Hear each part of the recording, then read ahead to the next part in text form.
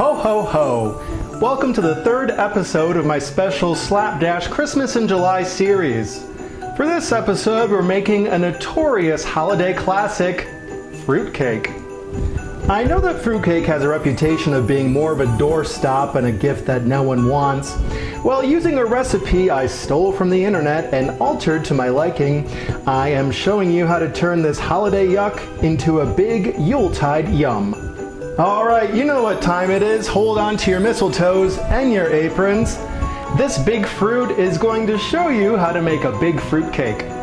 Using an electric hand mixer, cream 1 stick of butter or a half cup of butter. Gradually add 3/4 cup sugar and beat on high until light and fluffy. Add the yolk of 3 eggs, 1 teaspoon vanilla, and 1 teaspoon orange juice. If you have a real orange, just squeeze the real thing in there. Mix all the ingredients until well combined. Alright, now it's time to make some Christmas magic with the dry ingredients, so get out another bowl. Whisk together 1 cup flour, a half tablespoon baking powder, and a half teaspoon salt. I'm adding my favorite baking spices of nutmeg, cinnamon, cardamom, and ginger. Just a dash of all the spices will do. This is going to add a lot to that winter warmth and Christmas magic. Once that's done, slowly add the dry mixture into the wet mixture and beat on low. Stir in a half cup milk and about half of the chopped fruits and nuts. Now it's time to add in a different kind of Christmas cheer, booze, rum to be exact. I am adding 2 tablespoons of rum into the cake mixture. Some people like to pour it on afterward and let it soak in, but I like the rum flavor directly in there. So here's the thing you have to know about fruitcake. It takes a lot of expensive ingredients, and it does take some time. That's why I only make it once a year. Here is all the fruits and nuts you'll need. 1 cup chopped pecans, 1 cup dried and chopped dates, a half cup chopped walnuts, a half cup of raisins, 3/4 cup dried and chopped cranberries, a half cup dried cherries, 1/4 cup chopped crystallized ginger, and 1/4 cup chopped crystallized pineapple. Whew, I know that is a lot of fruit and nuts, but I promise you it will be worth it. If you don't feel like chopping all the nuts and fruits by hand, I recommend throwing them into the food processor and blitzing them up. And let the fruits and nuts soak in a little bit of rum before putting them into the cake. This will help make them less dry and help them incorporate. Back to the baking.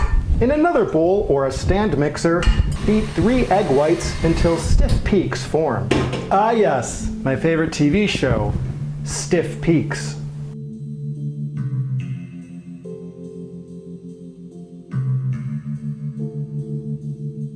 Use a large spatula to gently fold the egg whites into the cake batter. Then, gradually fold in the remaining fruits and nuts. Shh! You have to be very, very gentle. Think of a baby bird on its first flight out of the nest. Now it's time for the magic to happen. Grease a loaf pan and line with parchment paper. Transfer the batter into the pan. Run a spatula through the batter to get out the air bubbles. Then smooth out the top. You can also gently tap the pan on the counter to get out the bubbles. You are on Santa's naughty list. Heat the oven to 325 and bake for about 90 minutes. And while that lovely fruitcake is in the oven, we're going to get some expert advice on how you can suss out what might be underneath the Christmas tree.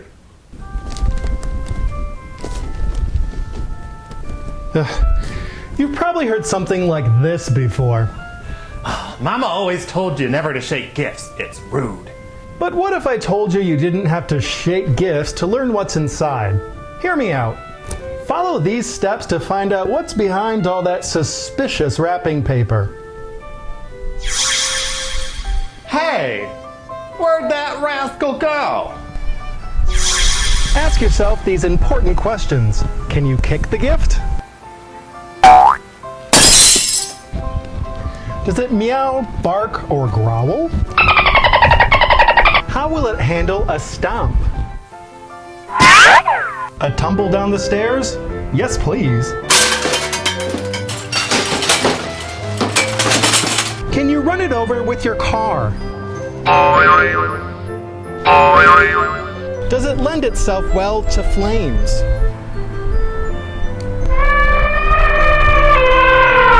Or is it waterproof?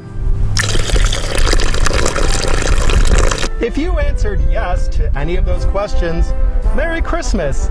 You're getting a gift card.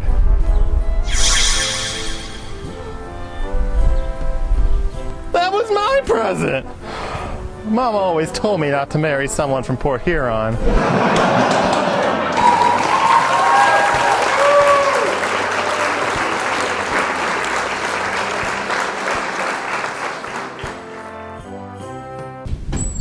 Oh yes, you are looking delicious. I believe you're done, so let's take a look.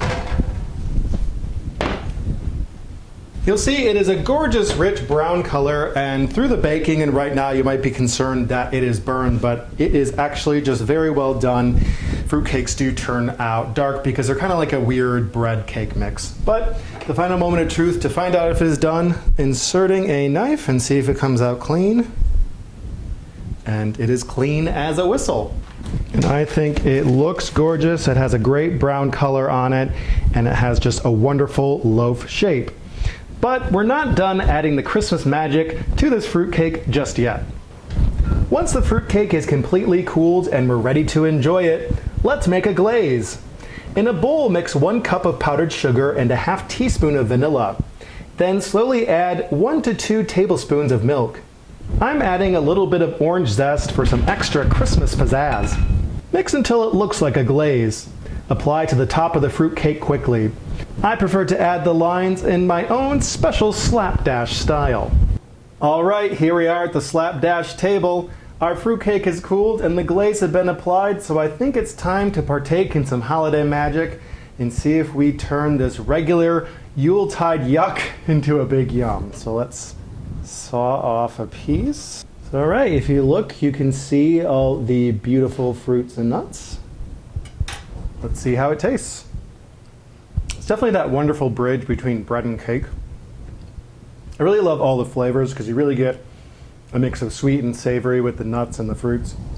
And the glaze on top just adds a little bit of sweetness because really, this is surprisingly bitter for a cake. I think this is something that can be enjoyed year-round, so hey, let's heap more on the plate. It's not going to hurt. Fruitcake is a classic holiday dish.